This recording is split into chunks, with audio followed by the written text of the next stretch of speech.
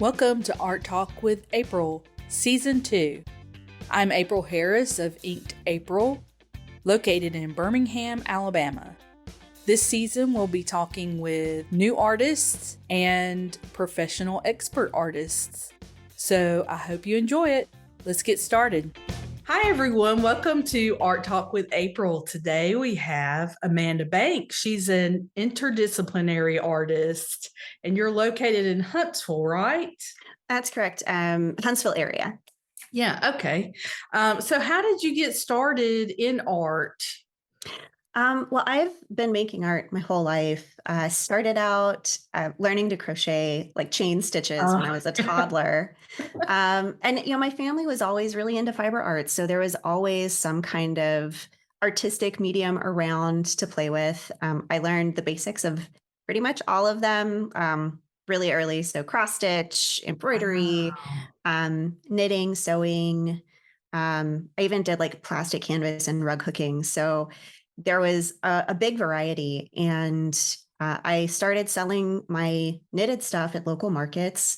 And eventually, as my practice kind of evolved, I was able to establish a studio where I made wallets and bags out of recycled comic books. And that's fun. It was so much fun. It was a really great way to make a living. And I also got to have my kids with me while I worked. So I didn't lose that connection with them when they were little. And cool.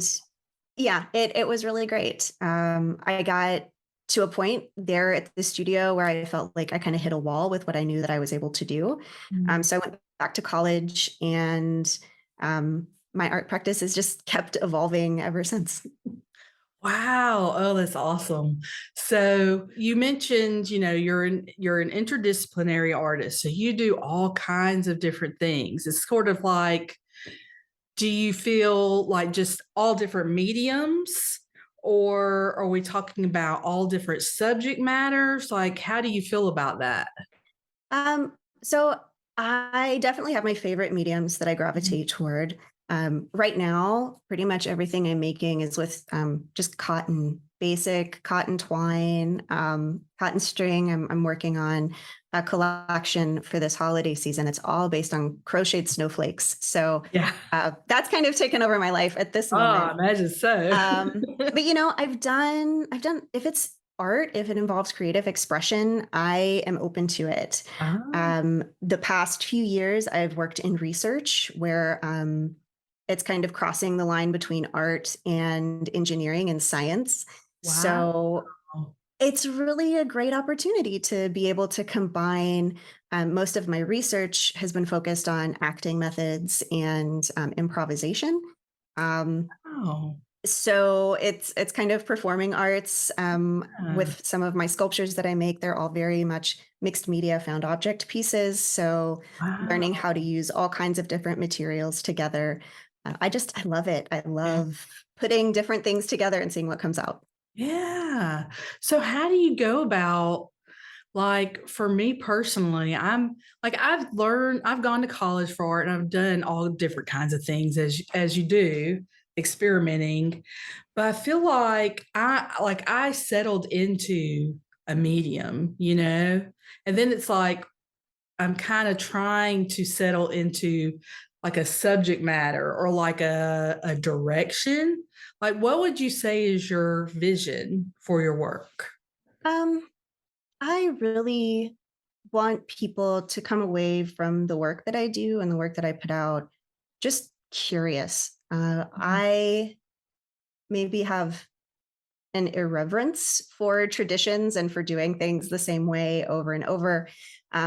I really like to see what else is possible. I think we have all of these really amazing advancements that we made, but if we were able to maybe break down some of the walls between disciplines, for instance, we could get people maybe using techniques or patterns or ideas from different places to make the world a better place.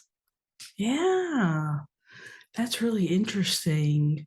And I think, and I'm probably one of those people who have really fallen into like a way of doing things. And maybe that like makes me more comfortable. And then because I'm more comfortable, I can kind of like explore through that, comfort place. Yeah. And so for me, it's like, oh, like I can't imagine just like having the whole, like all the opportunities, all the different kinds of ways to express just available to me in my mind, just accepting it in my mind, like I could do anything.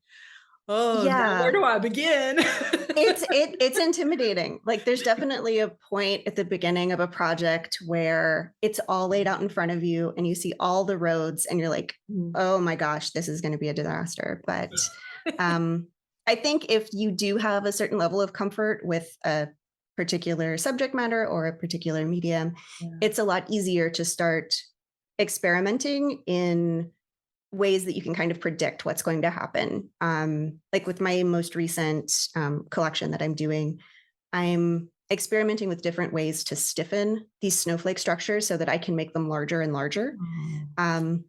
And that's been really interesting, learning all of the different properties of these different materials that are out there that are available. Traditionally, like you use glue, and there's a starch that you can make with just flour and water. But I've been exploring plaster and concrete and all of these Wow. construction materials, basically, to see what it does to the yarn. And that's been such a fun experience. So you're going to the art store and then you're going to like the Home Depot store. Oh, yeah. I'm like, Oh. do you know what this is going to do to yarn? And they're just looking at me like I'm out of Why my would mind. you use yarn with that? Yeah, exactly. Oh, that's so awesome. So I see what you're saying. So I have heard too, that artists are kind of like scientists because you're experimenting with ideas and then you're also experimenting with actual materials, in some cases to Yeah. make something. Oh, for sure. And in my experience, I think art is a faster science than science. Mm, Sometimes there's a lot of very meticulous trial and error that goes into, say, designing a scientific experiment. Whereas sure. when you're an artist, you're just like, all right, I've got this stuff laying around. What's going to happen when I put it together? It's really freeing to be able to experiment in that way and move through the scientific process a little more creatively. Oh, yeah. With art, it's so immediate in most cases, now a long-term project like you're preparing for a solo show. And when does that start? So that installs right before Black Friday, so tail end of Okay. November, and it'll be up until the very beginning of February at Oh, Lowe Mill. wow. It's incredible. I'm so excited for the opportunity. I've been preparing for about a year and some change now. Um, it's really incredible to get to tell the story that I want to tell and Yeah. display these pieces that I've been working on. There's some things out there like it, but nothing that really centers around this idea of the snowflake and this traditional crocheted motif being used in this way. Yeah. So how are you going about preparing for that? Like other than just making the work, then like knowing the space, I guess, and figuring out how you're wanting to install Yeah, it. yeah. Like So how's that going? I actually started with that part of it, if you can believe it. I Nice. went and I took a ton of pictures of the space, and I use my tablet and I kind of draw on top of those pictures to see, okay, well, Oh, this that's is cool. kind of what I'm envisioning. I'm gonna see if it Yeah. works.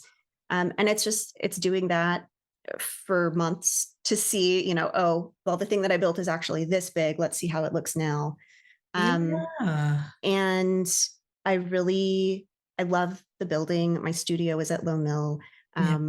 The building itself is such a special part of Huntsville's history, and I wanted to make sure that Sure. I was really honoring like what the building was when it was built and what it's become. So Yeah. um, it's really focused around community and everyone kind of caring for each other and Oh, building the story of that and creating like the map of what the gallery is going to look like Yeah. was really that first thing that I jumped into. And then it was crocheting. I have crocheted nonstop.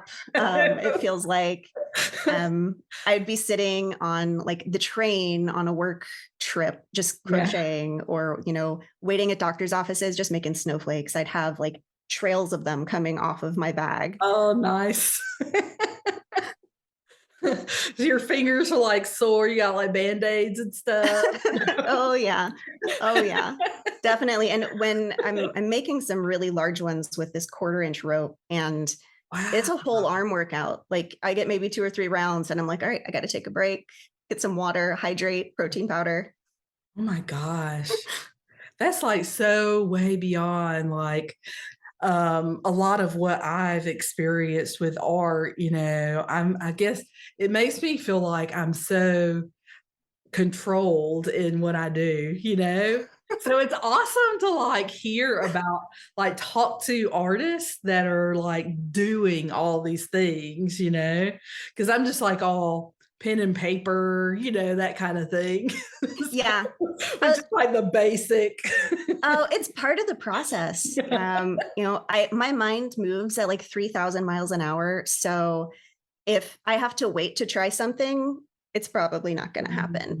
Mhm. But if I'm able to just kind of roll with things as I'm thinking about them, that's when kind of the magic starts to come alive. Oh yeah, I'm the same way. Yeah, that would be hard. So how did you get the opportunity to do a solo show? Um, For those Really, it's interested in just like. yeah. Well, it's really I've been a part of the community for a long time, Mhm. and I am pretty involved with Lowe Mill through the Alabama Women's Caucus for Art. Sure. Um, there's a lot of members who are at the mill, so I'm kind of up there. I'm talking to people, and the gallery coordinator approached me. He said, "Hey, we've got these different time slots available in the next year. Is would it be appealing to you to have a solo show?" And I just graduated from college, Mm. and it was really the perfect timing to put this together. And Sure. really, yeah, it's participating in the art groups that are around you. There's Wow. always opportunities out there if you're willing to kind of see them as opportunities.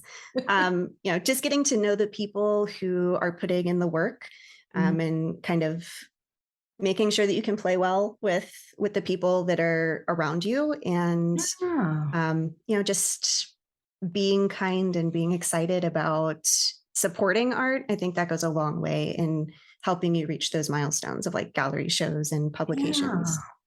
Yeah, I think that's something that has come up regularly in my podcast is that the networking part of it, but not just like me, but let me support you, talk to you, like just having conversation around like your processes or different events that are going on locally or participating in those events seem to like really help people like make connections with others and that's so exciting. I bet you're like, Yeah. I don't know, I'd be so overwhelmed with it, but it sounds like you really got it planned. I'm glad it seems that way. I'm right there at the end. So like I have so much anxiety around like, oh, this has got to be perfect. Or am I gonna have enough to fill the space? Like, yes, I'm gonna have enough to fill the space. I already have enough, but there's always like that, what can I do to make it better? How can I make it Oh, just that much more intriguing, or something cool for people to walk through? yeah. So is this installation going to be something that, like you said, people will walk through, or is it going to be something that people are looking at outside of, or what do you Um, think? it's kind of a little bit of both. Mm, A lot of my work has been really influenced by a sculpture class or sculpture series that I took at UAH, mm, called Space and Place. yeah. And there will be an element that people can interact with directly and like walk through and be a part of. And then there's also an element of, here's these sculptures that I've built that tie in with the overall theme. Mm. Um, I'm hoping if I can get it edited properly, I'll also have a station that is just looping a crochet tutorial so that people can learn how to make the little starflake bases Oh, from all of the snowflakes in this yeah, show. So it'll that's get the cool. community involved. Yeah. Oh man, that's awesome. That's like a Thanks. whole nother level. I could see that being really interesting. One of your most difficult trials, like just being an artist, being a creative, what's something you've come across that you're like, man, I wish that had been different, or, if I had known, you know. Oh, yeah. Oh, there's so many. Yeah, I'm sure. That's how I I feel think about it. Like, really when you boil it down, the biggest struggle for me is knowing when to say no to oh, a yeah. request or when to say this is getting to be too much. Especially as I'm getting older Mm. and my health is not as great as it used to be. It's a moving target. So you say yes to a thing and then it ends up becoming way, way, way much harder to handle, or it's harder to corral those cats. Mm. Um, and I'm getting better at it, but I still do have those moments where kind of it all piles on at once. Mm. And, I think I had this vision of once I reached a certain point in my career, that would stop happening. But I'm realizing, no, it's you create it for yourself. You got to learn to say no. You got to Uh, step back and put yourself first sometimes. oh yeah, absolutely. I do that too. That's something that I really struggle with as far as like commissions and being a mom and having, like my full-time day job. It's like, okay, why am I saying yes to all these things?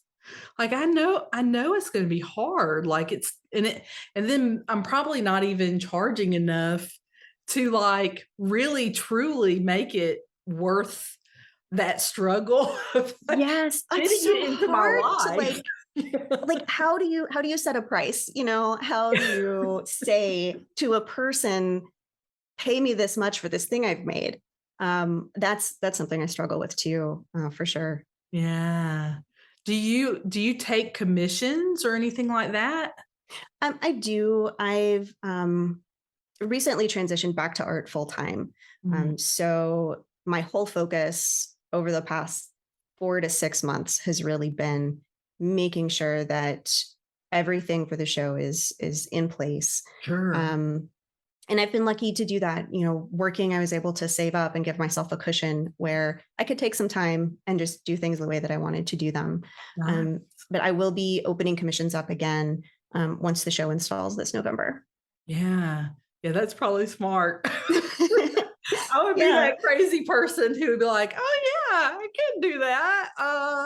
I tried it when I first enrolled back to school. I tried to keep my commissions open for the wallets that I was making at the time. And it was too much. I was taking 12 credit hours. I had two kids, both in school. And that fell away pretty quickly. Yeah, I can imagine.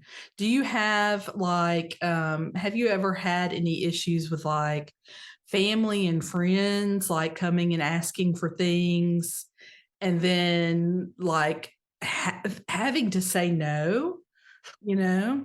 A couple of times there have been, I reached a point at this studio where it was my full-time job. I had, clients all over the world and I was pretty heavily involved in it.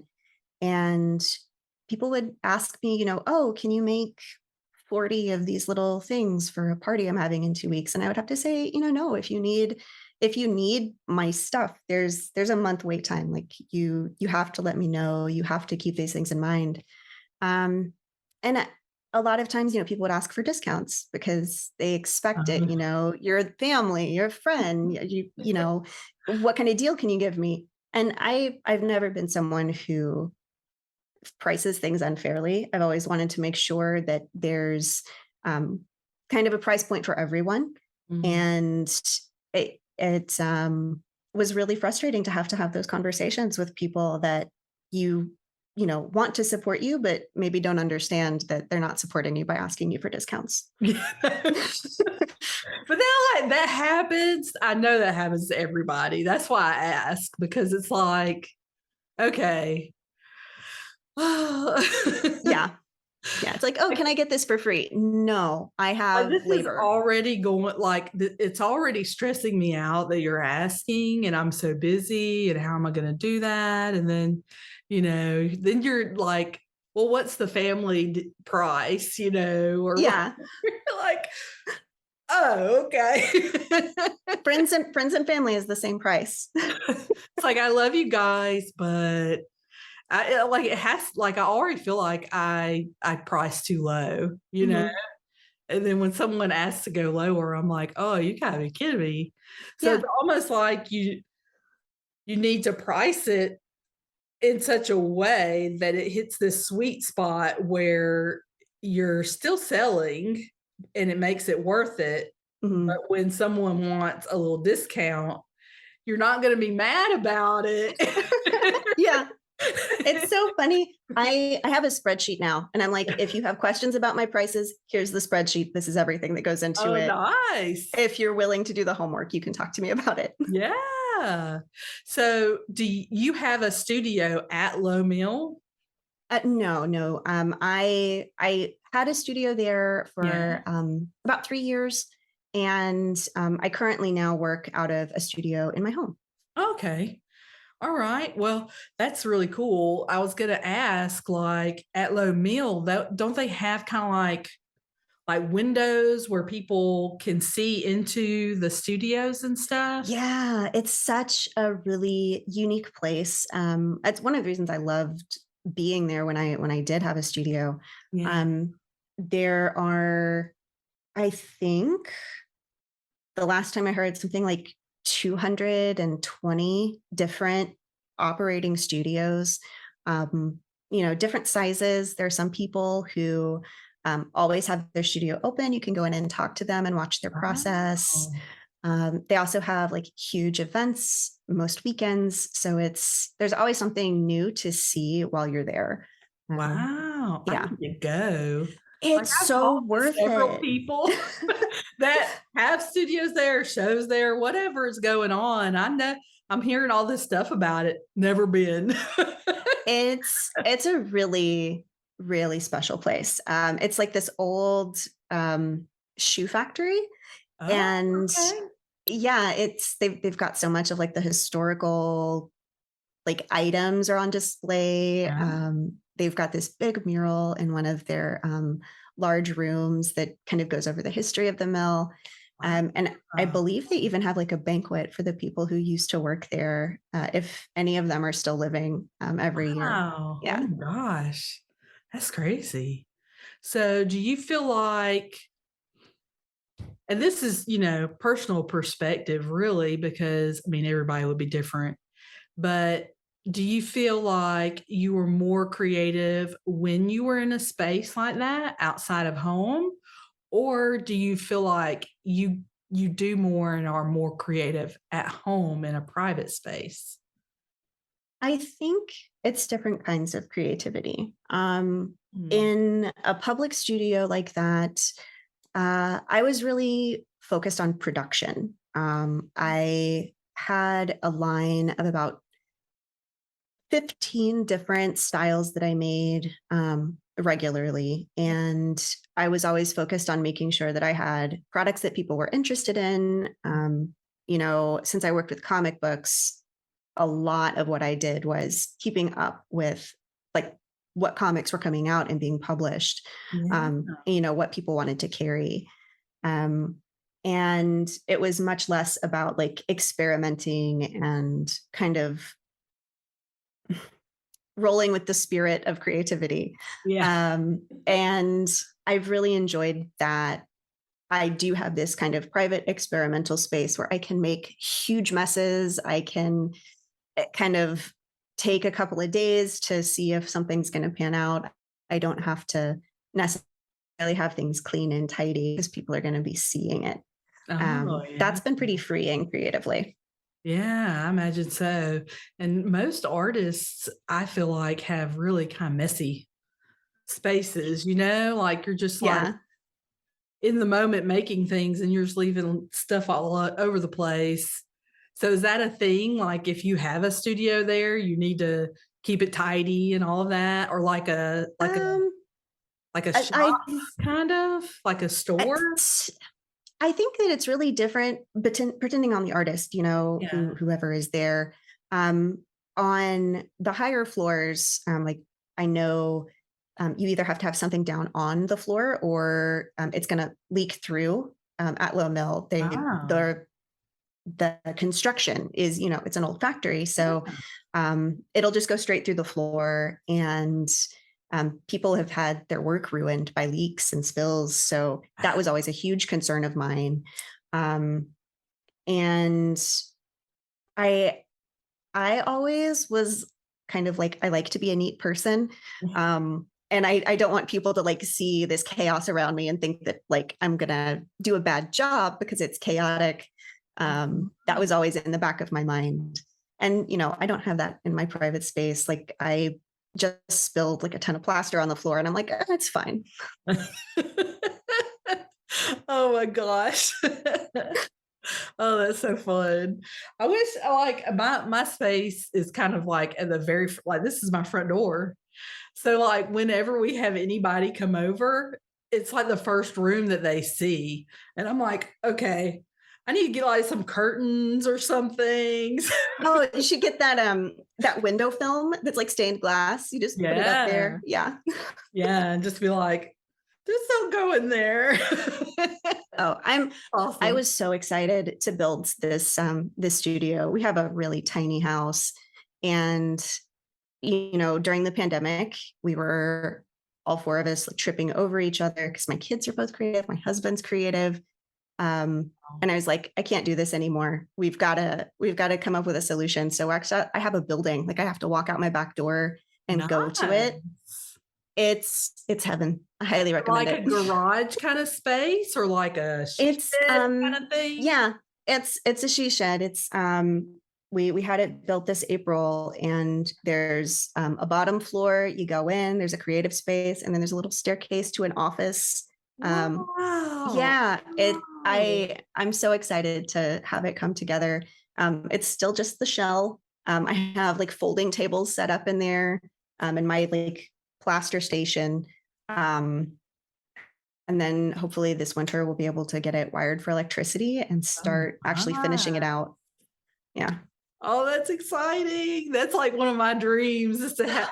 It's been a good 10 years of saving and planning and Yeah. getting ready for it. And I pinched myself that the time is like, it's actually happening. I've made it happen. Like what is going on? It's very cool. Oh, that's so awesome. You'll have to like post pictures of stuff, like Oh you yeah. Like guys. as it comes together, I'm so Yeah. excited. Oh, that is exciting. So, what would be something that, like, you would advise somebody who was thinking about getting into art, like, professionally? What kind of Mm. advice would you give?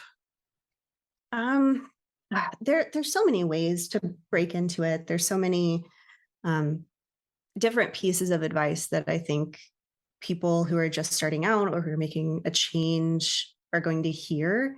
Yeah. And I think the most important thing that I've noticed is listening to that voice that tells you, yes, this is good, or no, this is bad. Like we all have that kind of intuition Mm. when you start down a path, and it's going to tell you pretty quickly whether or not this is going to be beneficial for you. And you know the more you can listen to and honor that voice, the happier and more successful you're going to be. um, I've gotten a lot of really bad advice over the years as I've tried to do things, and I've gotten some really great advice. And honoring that intuition has been consistently the the best thing that I've been able to do for myself. Oh, wow. That is really good. I feel like I'm still I Thank feel like you. I'm still struggling with that. Uh, Like, I definitely do, but I'm a lot less willing to put up with people just oh, yeah. being assholes. I'm like, "Why?" Okay. One of the biggest things that I learned once, I can't remember if I read it in a book or there's no telling. I'm, like, constantly looking at stuff. So then it's like, um, don't take advice from people that aren't, like, actively doing what you want to do. Like, Yeah. people who may steer you away from creating or going into a creative profession because that's too scary for them, and or they don't actually know anything about it. Like, they've taken a completely different route in life, and they see create like being an artist or having that label or doing something creative. They're like, how are you going to survive? You know? Yeah. There's so many misconceptions about the career you can have as an artist. I've worked with NASA. I've worked with the National Science Foundation as an artist, as a creative person. It's not like you have to have any particular one path, you know? It is you know what's best for your life. Yeah, yeah, yeah. It's one of those things where you always hear, like follow your heart or listen to your heart, you listen to your intuition. And it sounds like really simple and like something that's said a lot. But if you really, really think about your own life and what you've been going through in your journey, it's hard to do. Like, you can be Yeah. really pushed in the wrong directions, even within, like, the art industry or the creative industry. You can get advice from someone who is in one part or in one particular industry, and they're like, "No, you can't do that." And it's like, Yeah. "Oh, I can't." But then if you really truly look into it. Yeah. You realize there's so many people, at least in my, I don't know, the past year or so of kind of attending webinars and going out and seeing what's available as resources for an artist. I have seen so many people who are maybe more interested in maintaining like the status quo of how it's always been done, Mm. who are gatekeeping some of this information. Like I attended a pricing workshop uh, a little while ago, and it was completely from the perspective of someone who just wanted to make money off of artists and who wasn't necessarily interested in helping them advance their careers. And that's so sad to me, is watching all of this, advice just from bad actors who maybe aren't necessarily interested in helping you meet your goals. Yeah. Knowing how to kind of sift through that messaging has been pretty difficult as well. Mm. How do you feel about one of the things that you hear artists sort of complain about? They're either on one or two sides. They'll either be really like, I hate this, or they'll be like, well, that's what you do. How do you feel about like galleries taking 50 plus percent off of artwork? I think that if you are in a place where you're partnering with someone else to sell your work, absolutely there is going to be some kind of a fee for that or some Oh, kind of sure. trade in value. And you have to, sit down with yourself and ask those questions. Are you willing to split that cost with them? Mm. I very much think that everyone who's working in the arts and who is, an artist or supporting them should get paid. We need so much more money in the art community. Um, and I think that there is a certain level of partnership that can be expected, but 40% really is kind of my personal limit. Before I did art professionally, I was working in retail, and I saw really what goes into retail, and that's a 40 to 50% markup. So for me, I expected that coming into art. That's But interesting. you have to look at maybe what your costs are and what you're pricing at outside of the gallery. And, does it make sense to partner and have to raise your prices? Or do you want to keep on the path where you're getting, the full price that you're asking for? Oh, that's so awesome. So you have your solo exhibition coming up, and that's at Lowe Mill, right? Yeah, that's correct. I also have an article coming out in the Alabama Folklife Association journal, Tributaries. Okay. Yeah, and that one it publishes in November, and November is a busy month. It's a big month. Yeah, it's a big month. It'll be fine. Everything is fine. And then next summer, I'm going to be part of a dress exhibition called Embodied. It's contemporary takes on the dress. There is an exhibition this October for the first cycle of the exhibition, and then I join in the second cycle with a gown that I'm making inspired by my snowflakes. Wow, holy cow. Yeah, it's been so much fun. Right now, I'm in the design and development phase. So lots of really cool ideas are floating around, which we're going to see what I can actually make happen. Yeah. I don't know about you, it's like the beginning parts of the process, and you're getting into having the ideas and doing stuff. That's like the most exciting part for me anyway. Oh, I love it. Oh, it is absolutely my favorite part. And then I have all of these notes everywhere for all of these ideas of things that might happen in the future someday. And then there's the one that actually does come true. Oh, I love it. So where else can people find your art at? Right now, all of my art is either on my website, amandarbanks.com, or on Instagram. I'm a.banks.artist on Instagram. All right. Well, thank you so much, Amanda, for talking to me today. Thank you for having me. This was so much fun. Look, it's just so inspiring to talk to people, and you particularly are so inspiring. I am so excited for you. That's so sweet of you. Thank you. I'm excited for November for you. Thank you. Thank you so much for listening to this episode of Art Talk with April. For more information on this episode, join the Facebook group, The Art Lounge. Please subscribe and share. See you next Tuesday. Hope you have a great week.